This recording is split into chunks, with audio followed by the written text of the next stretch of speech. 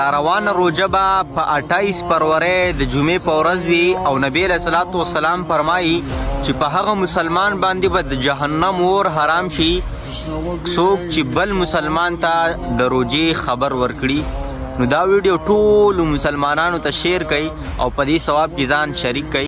دا خبره تاسو واورېده په دغه ویډیو کې دا ښودل کېږي چې یاره د روژې اولنۍ خوشخبري چاله ورکړه نو نبی علیه صلات وسلام وایي چې په دې انسان باندې د جهنم اور حرام دی. ای مسلمانانو لږ د عقل نه کار واخلئ، دین طرف ته لږه رجوع کوئ، علما کرامو ته لږه رجوع کوئ، د یوې خبرې او تحقیق کوئ. نو په زرګاو خلک باندې دا شیر کوي چې او بس دا د نبی علیه السلام حدیث دی.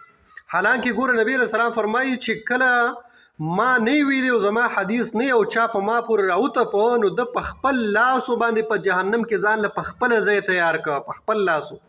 نو دا نور ګناهونه موږ کم کوو چې لا دا په هم ځان له په زور باندې په جهنم کې ځای تیارو.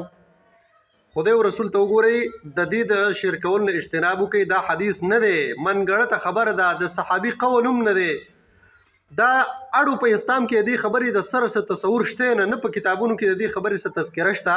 لہذا ټول مسلمانانو ته مې دا یو اپیل دی، روژه را روانه ده، د هغې دپاره تیاری وکړئ، ځانو ته ذهني او فکري چې کوم دی نو برابر کړئ. خو داسې نه چې په منګړتو حدیثو باندې چې کوم دی نو تاسو عملونه کوئ او هغه شیر کوئ مخې ته چې بس زما د نجات دپاره دغه واحد ذریعه وه او بس هغه کار وشو زه د جهنم نه بچ شوم. دا منګړتې خبرې دي، د دې د شیر کول نه اجتناب وکړئ.